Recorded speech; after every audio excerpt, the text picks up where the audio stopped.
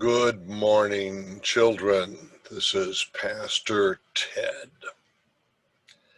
Let's open with a short prayer. I'm going to put my hands up like this to pray. Can you do that too? I like to close my eyes when I pray. Well, why don't you do that too, okay? And you just listen and pray in your heart while I pray out loud, okay? Dear God, you love little children. Help us to love our brothers and our sisters, our doggies and our kitties, our mommies and our daddies, and our classmates and our teachers. Amen. Well, now it's time for a Bible story. A very long time ago, there was a great king, King Darius. And King Darius had become the emperor of the Babylonian Empire, known as the Empire of the Medes and the Persians. In order to rule this great land, he had a number of local managers, and then he had 3 presidents. And one of those presidents was a man named Daniel. And Daniel was a Jew, and the Jews were slaves in his empire. But King Darius liked Daniel because Daniel did such a wonderful job as being a president. But unfortunately, those other political people, they got jealous of Daniel, and they whispered, and they gossiped, and they connived, and they thought, how can we get rid of Daniel? Because if we could get rid of him, then one of us could get his job as president, and then we could have corruption. And then we could have more power. How are we going to do that, they thought. So they came up with a plan. They went to visit King Darius, and they said, King Darius, long live King Darius. Well, that made the king feel good, right? So they said, let's pass a law. And according to this law, everyone in the empire of the Medes and the Persians would have to worship you, King Darius. And if anybody does not worship you, then they would be thrown into the lion's den and eaten by the lions. Well, King Darius was very flattered. King Darius was a narcissist, and he had a big ego, and to think that everybody in his empire would have to worship him, oh my goodness, I'll sign this law. And so he signed the law, and it became known as one of the laws of the Medes and the Persians. That's what they said. Well, how would Daniel react to this law? Daniel was a slave, even though he had a very important job. He was a Jew in slavery, and he worshiped the true God of Israel, and every day he would go to the window in his house and he would pray to God.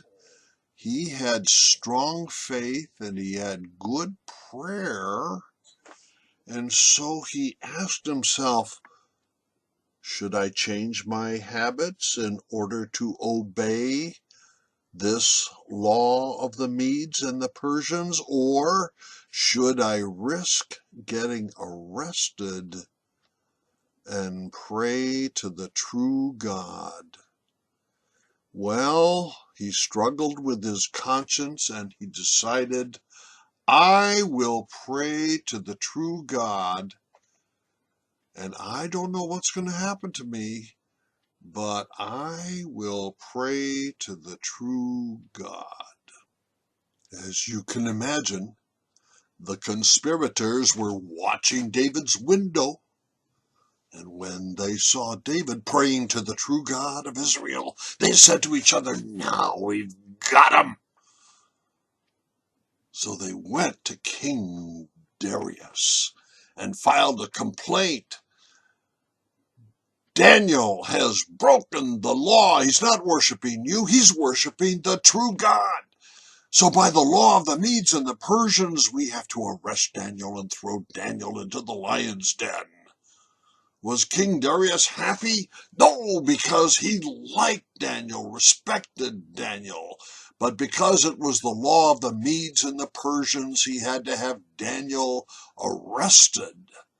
And the punishment would be thrown into the den with the lions. And when Daniel would be thrown into the den with the lions would eat him up. And so the soldiers put a big rock over the entrance so that Daniel could not escape.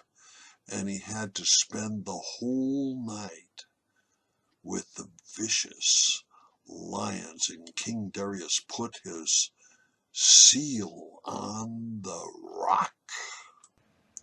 These lions were wild and vicious and hungry, and Daniel was in mortal danger that they would kill him and eat him.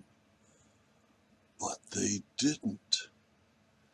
Daniel prayed, and an angel shut the mouths of the lions, and they became calm and tame, and Daniel was safe. In the meantime, sad King Darius went back home, and he had a rough night's sleep. He was worried about Daniel. And so he got up early in the morning, and he put on his clothes, and he ran to the lion's den, fearing that he would see Daniel dead. But much to his joy, when he looked into the lion's den and he hollered, Daniel, Daniel, how are you? Then Daniel said, King Darius, live forever. Daniel was safe and Daniel was sound, and the king knew that God had rescued him. King Darius got angry, and he ordered that those evil conspirators be thrown into the lion's den themselves. And then he and Daniel together wrote a proclamation that King Darius and all those who believed in the true God would recognize the true God and not a fake. And on this proclamation, King Darius wrote the following: The God of Israel is the living God, enduring forever. God's kingdom shall never be destroyed, and his dominion has no end. God delivers and rescues. God works signs and wonders in heaven and on earth, for he has saved Daniel from the power of the lions. Daniel thereafter prospered during the reign of King Darius, and also the king who succeeded Darius, Cyrus of Persia. And Cyrus of Persia brought the Jews back to their homeland, Israel. Now, wasn't that an exciting Bible story? I like coming to chapel with the school children. I'm going to say goodbye now. Bye-bye.